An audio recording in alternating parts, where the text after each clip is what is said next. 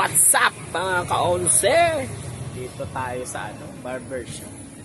Yan ay mga gupit. Ganyan gagayahin ko mga konsing gupit yan. Yan. Para bagets na bagets tayo tignan. Kasi 40 na tayo. Huwag tayo magpapahuli. Mga ka-onse. Siyempre.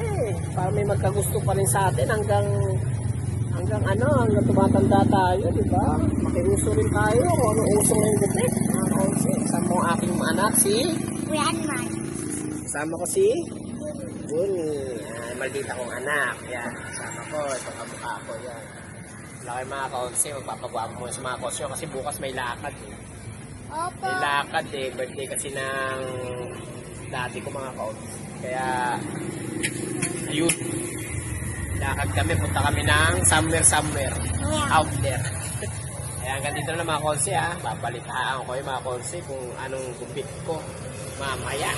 Bye-bye! What's up mga ka-onse? Good morning! Di ko na kayo na-update sa gupit ko kahapon kasi busy. Nag-gayak ako ng mga gamit namin. Yan. Nasa likod yung mga anak ko yun. Di ko napalitan kagabi kasi pagod na ako. Mga konse, nagtupi pa ako ng mga labahin. Tapos pa ako. Dami kong tinupi yung mga labahin eh. Tapos nag-ayos pa ako ng gamit namin kasi nga aalis kami. Ngayong araw, hanggang bukas kami babalik ng hapon mga konse kasi birthday ng aking daddy.